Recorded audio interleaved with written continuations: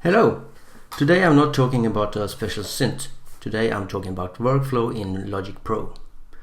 I have a special workflow that I use that I haven't seen covered in any YouTube video, so I thought I'd make one. So let's get right into it.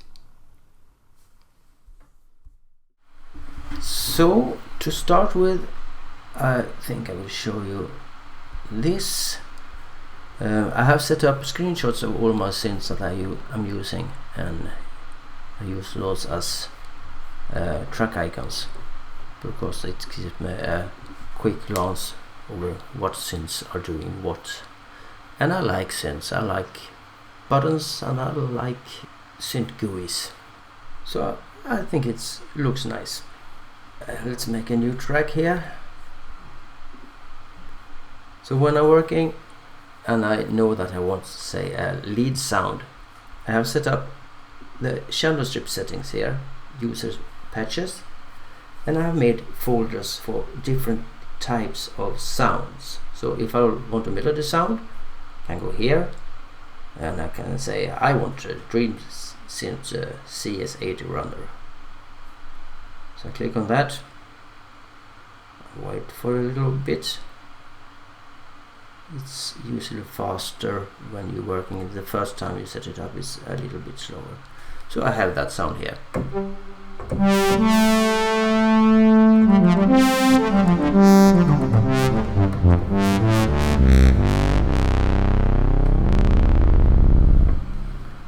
And I can go through different sounds here. Let's take another synth. Let's take a GX80 here.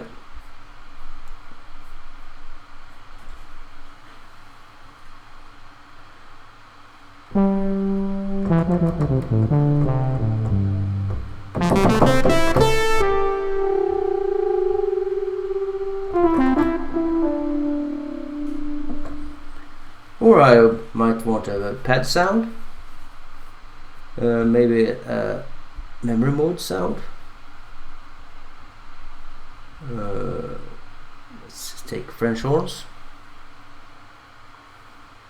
It's not a system that is set up for speed, it's a system that's set up for clarity or ease of use of finding sounds, different types of sounds over a vast number of different synthesizers.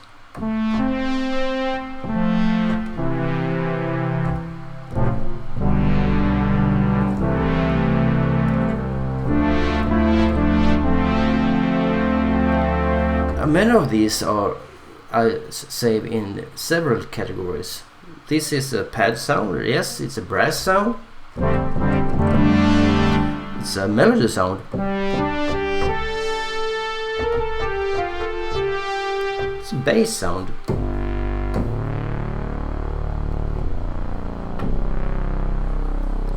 so this sound can belong to several categories, and it doesn't take much room to save synth sounds. They are doubly saved because I have them here too, in all my sounds that I made in memory mode, and I have a lot of memory mode sounds here. Quick sampler also, so that was faster.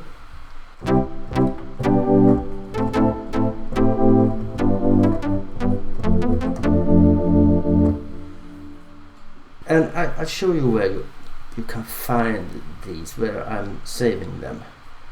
Not that you have to save them in the same spot that I do, I think, but anyway, here, patches, instruments, and I have them here.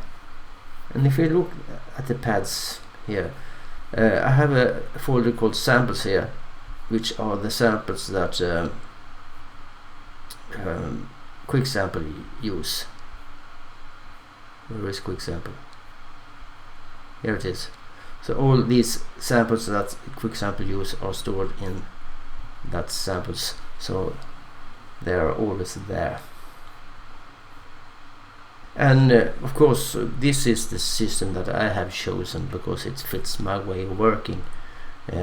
So these folders can be arranged in different ways, and you can categorize the sounds in whatever way you want. But it's a quick way to get to them by using the channel strip settings. That's that. Say that I want to add a sound now. This synth China. DX7 in China, I think. Where is it? Let's take the right.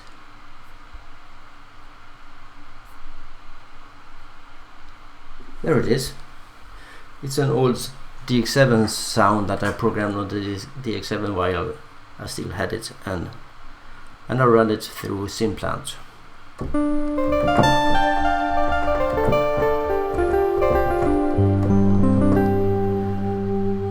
So this is not a bass sound.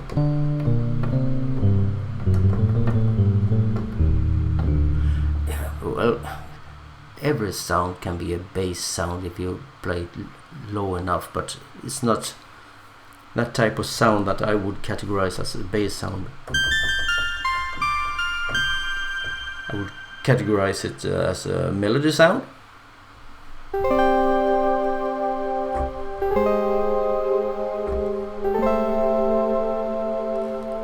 Maybe a pad, but I have a different category that fits it better. So when I save it, I just do like this.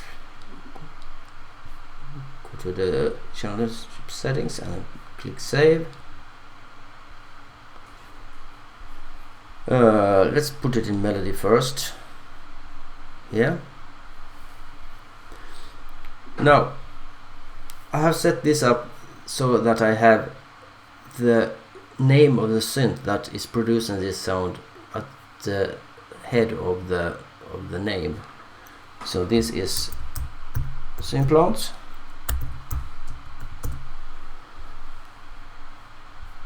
And I save it.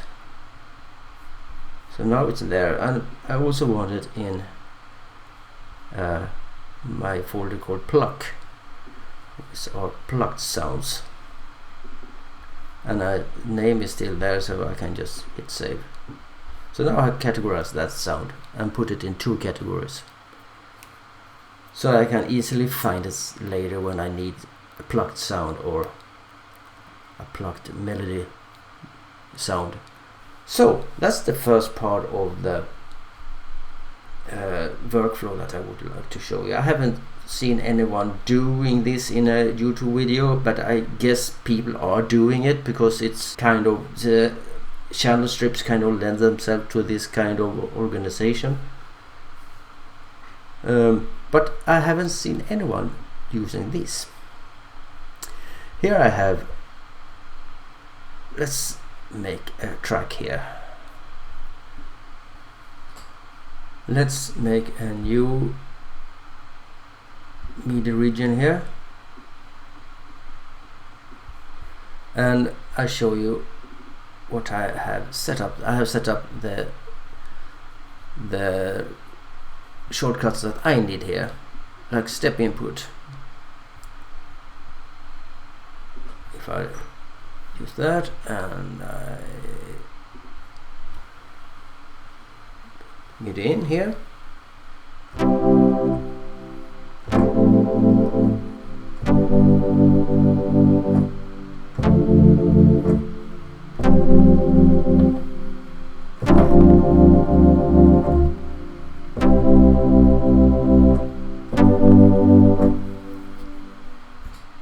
right? Not the most beautiful, but which serves its purpose.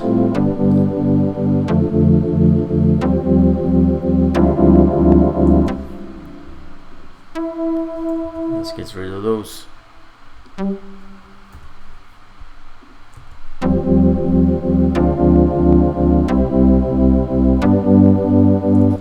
Okay, so I have different shortcuts there. Anything that you can have a keyboard shortcut to, you can make these buttons. and I don't want to remember all the keyboard shortcuts. I think it's much more intuitive to have a button that I can click, and I'll show you how to make them. But I'll show you first what I have. I want to humanize this. So I select everything and I humanize it, and it opens the MIDI transform, and I can humanize it like this.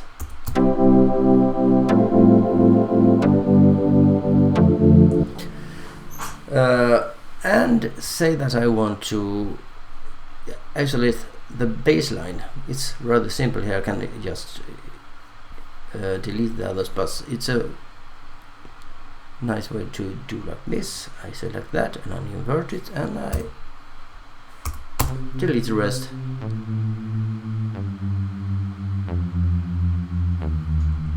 Yeah, you get it. You can have a lot of more buttons here. Be closed. I have another panel, Dorico chords. These are buttons for inserting different chords in Dorico. This panel doesn't work in Logic, does nothing, but these do. So I'll show you how to make this. If you go here to System Preferences and Accessibility, then you scroll down to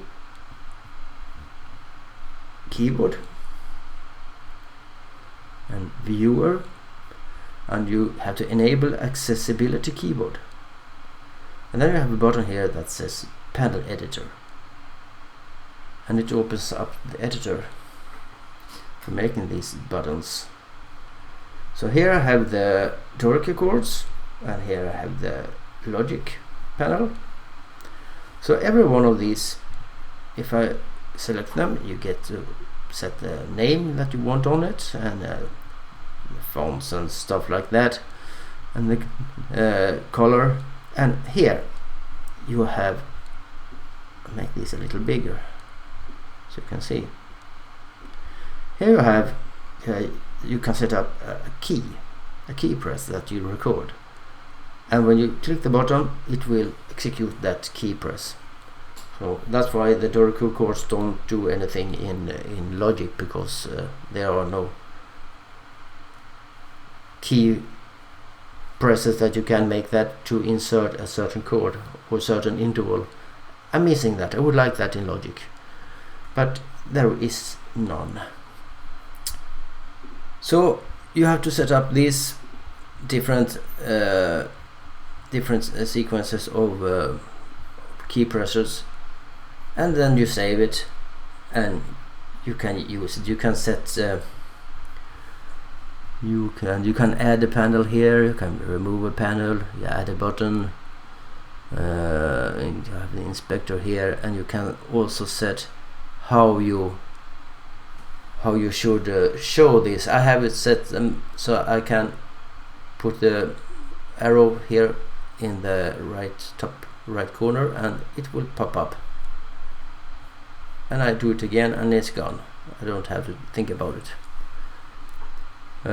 You can set if you want to show it as a home panel. I can use it for selected apps here. If there are shortcuts that work in several apps, you can use that. But I think you can find your way yourself in this. Now you know that it's here and that you can use it. So quit panel editor, revert changes. I don't want any changes there. And yeah, that's how you make these. And it's a good way to have shortcut buttons that you can use for different tasks. And I haven't seen that covered in any video, so I don't know. Maybe people don't use that, but now you can.